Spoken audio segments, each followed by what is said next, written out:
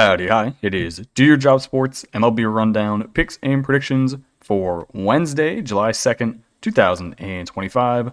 We're looking at the best bets of the day. Let's get into the video. All right, first things first, we got to recap probably the weirdest picks day I think I've ever had. Two of my games either got suspended or canceled and pushed to tomorrow, so that's the first time that happened. We only have one result that is actually final, and we still have one game going on because it is a West Coast game, and I am on the East Coast, and I'm not trying to record this at 1 in the morning. So I will recap our one game that finished and our one game going on, and then I'll get on to the games for tomorrow. So, our only completed game, we won both of our bets. We faded the Twins. Weird how we win money fading bad teams. Marlins, plus 120 on the money line, under 8.5 runs. Both are good. Minnesota did not score a single run, and the Marlins scored 2. Shout out to Edward Cabrera, the pitcher for the Marlins, went 7 innings, gave up 2 hits, struck out 6. Twins only had 2 hits all game. Let's see who they came from. They came from Willie Castro and Royce Lewis, who I guess is back up. He was on the IL for a while. I remember that, yeah. So this team sucks. Byron Buxton, you're garbage. 3 strikeouts. Carlos Correa, you're garbage. Ever since you cheated, you've been really bad. The bottom half of the lineup, I don't even think these guys can even spell their own names. Shout out to the Marlins for getting across 2, hitting my under. It was really no sweat. Then our only other game going on, it is the Royals and the Mariners. We have Royals plus 115 on the money line. Then I got the over 8.5 runs. It's looking good so far. It is 3-1. Royals winning in the top of the 5th inning. They have a guy on first base and nobody out. That is Bobby Witt on first base. Hopefully Vinny Pasquantino comes up and hits a bomb. Oh, we hit a double. Okay, they now have guys on second and third with nobody out in the top of the 5th, and they're up 3-1. It looks pretty good in my eyes. So hopefully we get at least one of those across with the Royals or the money line. Hopefully we get both, but we'll find out. Then we had 2 games suspended and canceled. Brewers and Mets, that one just got straight up postponed. So we're playing that one tomorrow. The Reds and the Red Sox, is that who they're playing? Who are they playing? Was it the Sox? Yeah, it was the Red Sox. This one went, I think they're in the middle of the 3rd inning. It's 2-1, Boston winning. So don't know how that one's going to finish out. We'll find out tomorrow. But that's the recap. Weird day. All right, now we got the picks for tomorrow. First game I'm taking, give me the Athletics, plus 155 on the money line. They're coming off of beating the Tampa Bay Rays in extra innings the day before. I like backing a team off of winning a game in extras, especially one as bad as the Athletics. They need all the momentum they can get. They're 17 games below 500.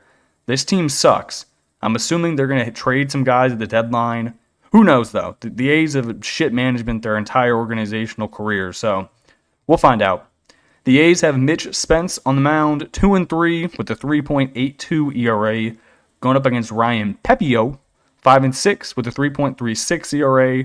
2 pretty similar pitchers. Mitch Spence has actually not been bad in his most recent starts. He gave up 2 to New York. He did give up 4 to Cleveland, which currently is quite hard to do.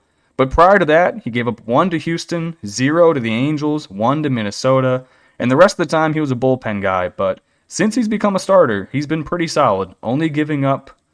another way to say this, he has given up 2 or fewer runs in 4 out of his 5 starts.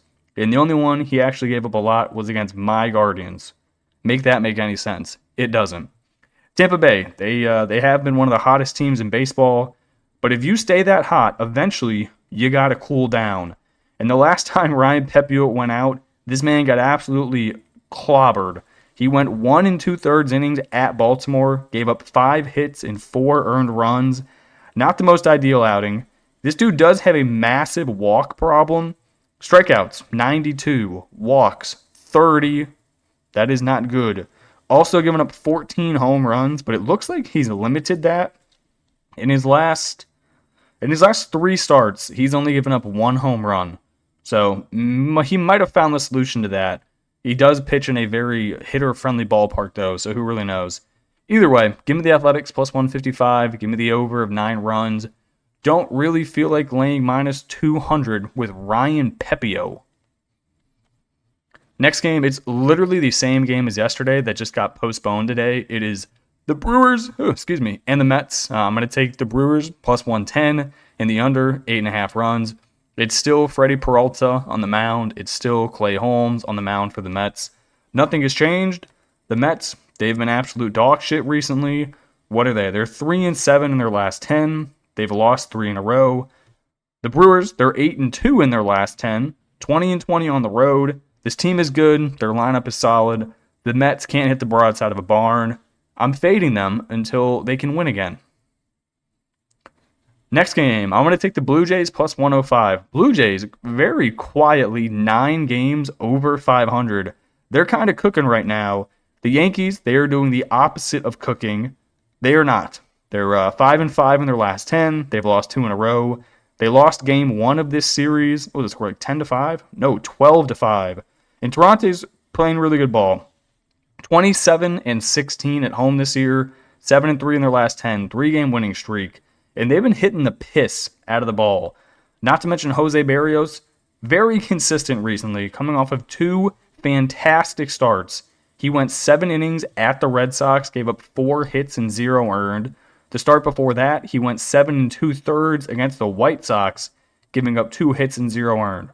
So his last 14 2/3 innings pitched, he is not allowed a run. The start before, he did get shelled by Philly, and before that, he gave up 0 to St. Louis. So Jose's been pitching pretty good recently, has been great with not allowing the home run ball. Dude has 102 innings pitched and only 11 dingers given up. That's not bad. I will take the currently better playing baseball team with what I think is the better pitcher on the mound. I still don't trust Will Warren. So give me the Blue Jays plus 105. Give me the under 8.5 runs. I think we see, give me a 5-1 Blue Jays win. Final game. So this is the second game of what is realistically a double header for tomorrow for the Reds and the Red Sox. They have to finish game 1, which I still have money on. So I have the Reds in both games tomorrow. First game and the second game. But this is technically the second game at plus 110. Also going to take the over, 9.5 runs. Reds got Nick Martinez on the mound, 5-8, 4.12 ERA. We're going up against Brian Bayo, 3-3, 3.41 ERA. The Reds are playing good baseball currently. Normally what happens with a doubleheader is the teams split. Very, very often they split. I think I have the Red Sox minus 105 in game 1. So if I can take them plus 110 in game 2, they're going to win one of them probably. So you're basically just hedging. You're like, well, if you're going to win one, I make even money. If you win both, I make a lot of money. Just don't lose both games. That would piss me off. Looking at form recently, the Red Sox has not been good. Ever since they traded Devers, they really haven't been good. They're bringing up a lot of rookies. Mostly Roman Anthony. He's hitting a $193. Mayer's hitting 208. Then you have guys in the lineup who are just playing like shite. I'm going to take a look at David Hamilton hitting a $176. I mean, the main bat in your lineup right now is Abraham Toro hitting 285. Duran's almost hitting below 250. Like, yeah, when he gets on base, he's electric, but the dude's got to get on base first. The Reds, they steal a lot of bases. They play small ball with Terry Francona at the helm. I like them. Give me the Reds plus 110. Give me the over 9.5 runs. All right, that is going to do it for me in this video. Let me get a score update on the... Oh, let's go. Royals, they scored 2 in the top of the 5th. They take a 5-1 lead. We have guaranteed at least hitting the over if the Mariners do come back.